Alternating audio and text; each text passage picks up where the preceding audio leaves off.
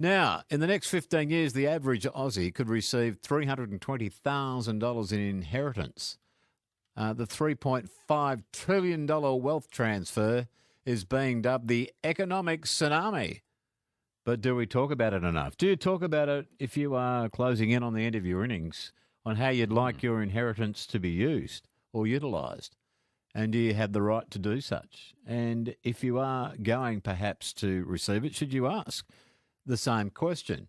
Vanessa Stoykov is a money educator and joins us online. Hello there, Vanessa. Hello. Are you expecting an inheritance, Vanessa?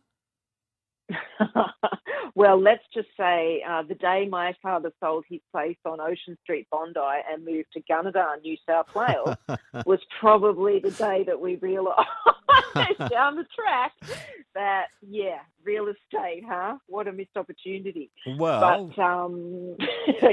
we've been lucky. It does raise the question, though, we're not all going to live forever, unfortunately, and some of us might have a little bit left at the end of our life that we want to see used or utilised by someone that we care about. Should we have that discussion with the people that we're going to give the money to, or should it be a mystery? Oh, absolutely, we should have the discussion. And it's such a big issue now, Millsy, because at the end of the day, so many people are getting dementia now, and the aged care situation is such that you'd so want to be able to speak your mind about what you'd like your legacy to be and make sure that your loved ones are okay while you're still yourself. And there's such missed opportunities there with people that we run a money education business. So I'm always talking to people, trying to normalise money to them because it is such a taboo topic. And, we did research that showed nearly 80% of people said, yeah, we should talk about it, but more than half it hadn't because they didn't know how. So it's really just setting a framework around it so people can have those conversations, because I think we all realise now so much of what happens to our family is up to us. It's not really up to the government or anyone else. We need to look after our own families now. And, baby boomers have been the most successful generation in our history. Yeah. Baby boomers have made more wealth than any other generation, and that's a big achievement, and they're going to hand it on. Yeah. And I believe their legacy should be preserved and they should be celebrated. And well, it's funny. It's funny you say that, though, because not that long ago, probably a couple of weeks ago, it was National Wills Week, and we put the question out there: right. have you got a will? And a lot of people haven't got a will because they don't want to tempt fate. And sometimes when you raise it with a loved one to say, look, I'd like to talk to you about what will happen when I die, or if we both die together, this is what we would like to happen, and you're in charge of making sure that happens, and the discussion coming back the other side, I don't want to talk about that, I don't want to think about that. But that's, unfortunately, you can't be that ostrich and put your head in the sand because it's going to happen anyway. I mean, it's not a big surprise to know death and taxes are still the two big guarantees we get. Yeah. But it's hard to talk about that with people because it's such an emotional subject. Nobody wants to think of the person they love so much not being there. Right. But it's reality. And if COVID has shown us anything, it's that you really want to be prepared and get the best outcomes for your family, and starting the conversations around this early with so much at stake. I mean, $3.5 trillion being handed over in Australia. That kind of money is economy changing, nation changing.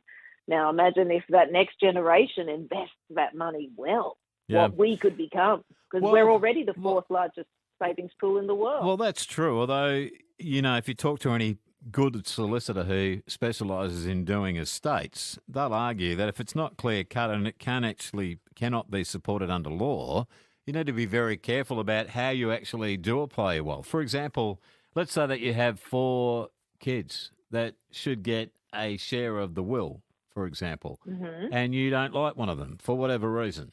Maybe they did the dirty on you. No, I'm saying this is the honest truth of what the lawyers would say. I mean, I'm very lucky, I'm blessed that I'm not in this scenario. But to play it out, let's just say there is one person who you believe has got a benefit whilst you've been alive, and you do not want to share your wealth with that person. Okay. You still have a legal obligation unless you state clearly as to why that person should not be as part of your estate. Are these the kind of discussions that should be held prior to you leaving this planet in order to make sure that your will is done? You know what? It is.